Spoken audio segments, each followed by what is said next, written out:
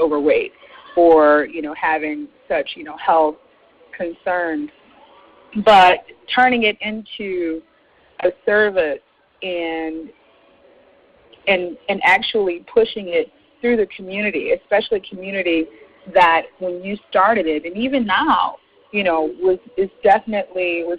not really or was not as familiar with a lot of the information and techniques and methodologies that you were introducing. Could you share a bit more, just once more about, your purpose and your drive behind the Institute and your collective of practitioners? Well, my purpose was to learn how to become healthy myself.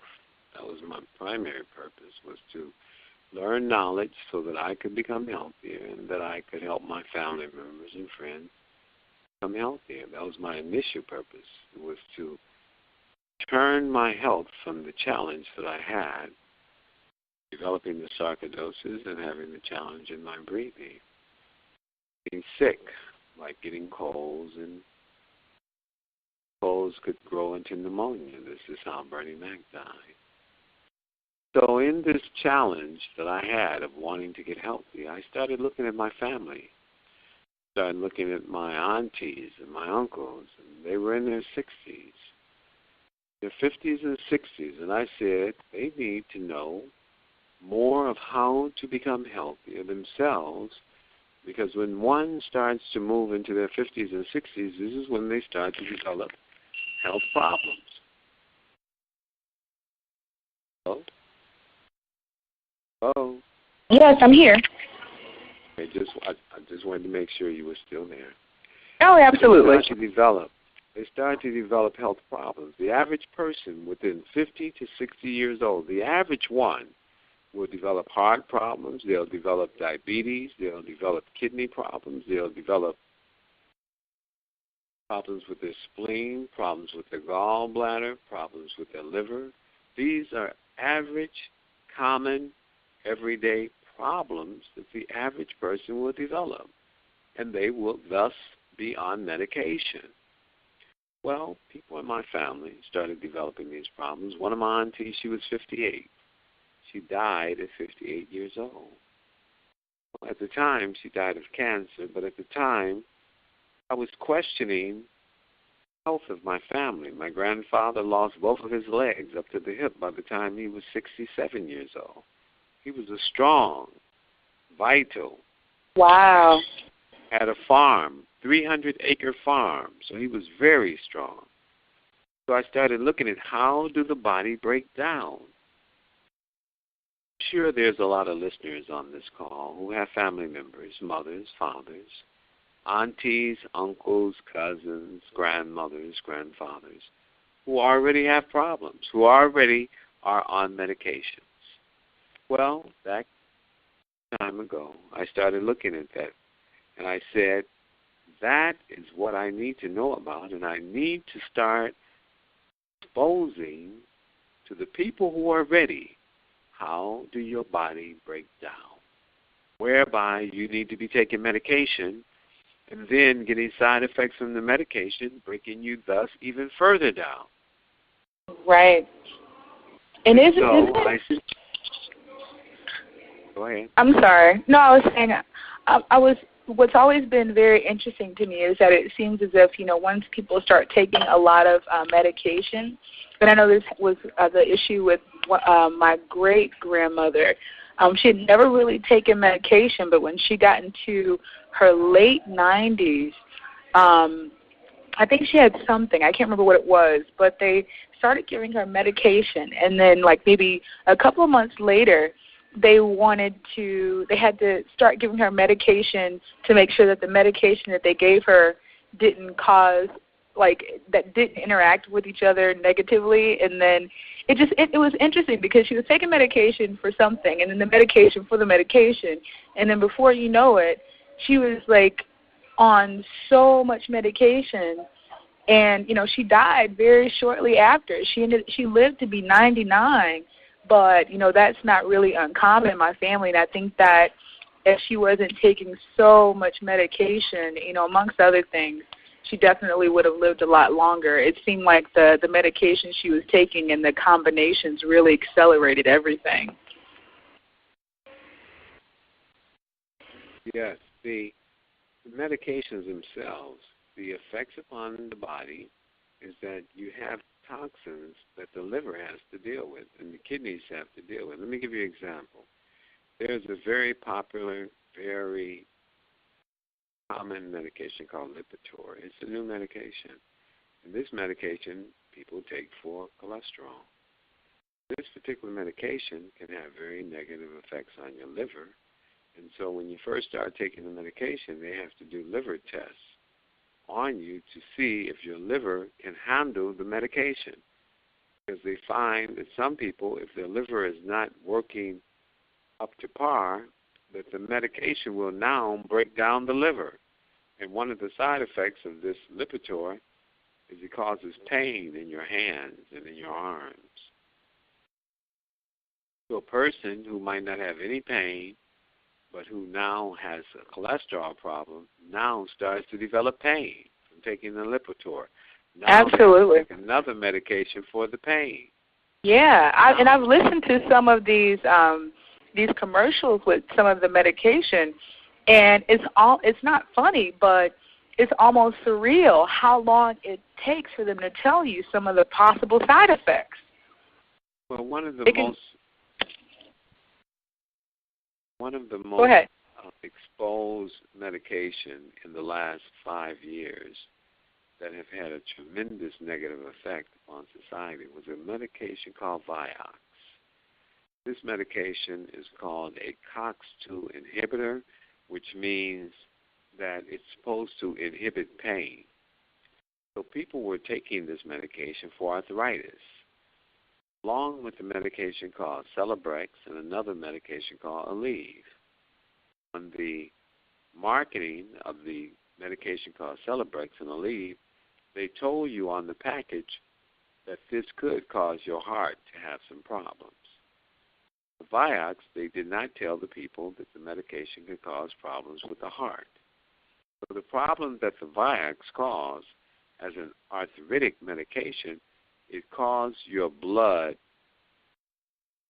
to thicken. Cause your blood to thicken, which would cause you to get a blood clot in your heart, which would cause you to stroke. For someone who might be on aspirin, keep their arteries open and to thin their blood out, this Vioxx medication would make the aspirin neutralize. It would make the aspirin neutral. So in making the aspirin neutral, the aspirin would be neutralized, whereby the aspirin wouldn't work. When the aspirin wouldn't work, your blood cells would stick together, cause a blood clot, and cause you to have a stroke. So this was a medication causing people to have a stroke. 4,000 people died from this medication before they took it off the market. Wow. 4,000 people died from this medication before they took it off the market. They said it was over 100,000 people who had had negative side effects from this medication. So we have dozens and dozens and dozens of these medications on the market that people are taking every day, not knowing that it's causing harmful side effects, that's giving them other symptoms that they think is coming from their body naturally breaking down. They think the breakdown is coming from something their body is doing abnormally. In fact, it's coming from these medications. That's really something. 100,000 people. I mean, and it's not like this is an uncommon story. I mean, every time, when I turn on the television, there's some commercial about some sort of medication. If you've taken this, then this may have happened. And I think this may lead us into the conversation that's related to more related to the topic, because some of the things that these medications are supposed to heal, from listening to you in the last conversation that we had, it seems as if, having the proper breathing and water intake would actually cure or treat a lot of this stuff. Yes, it will. And that's why I developed a new healing system called ANCAR 2000. This particular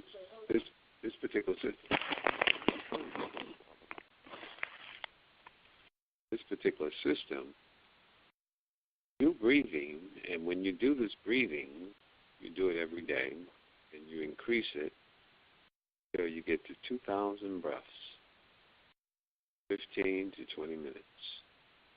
2,000 breaths will bring oxygen into your body.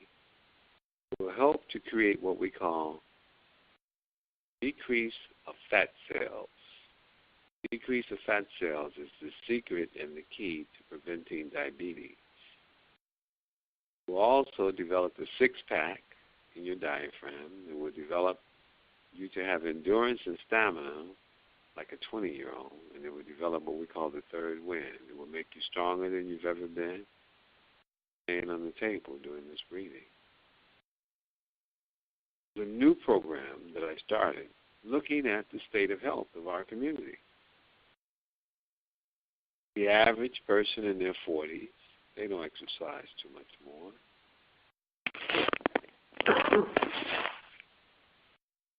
And so they breaking down with overweight, blood pressure, digestive problems, kidney problems, liver problems, colon problems, stomach problems. So all of these problems can be alleviated first just by breathing stronger. We are only using 5% of the power of our breath. 95% that we're not using that could be helping our bodies to work so much better. So I initiated this program. I have some 83-year-olds in the program, some 95-year-olds in the program, some 75-year-olds in the program whose health is better than the average 20-year-old. I had a demonstration with the 83-year-old that I had.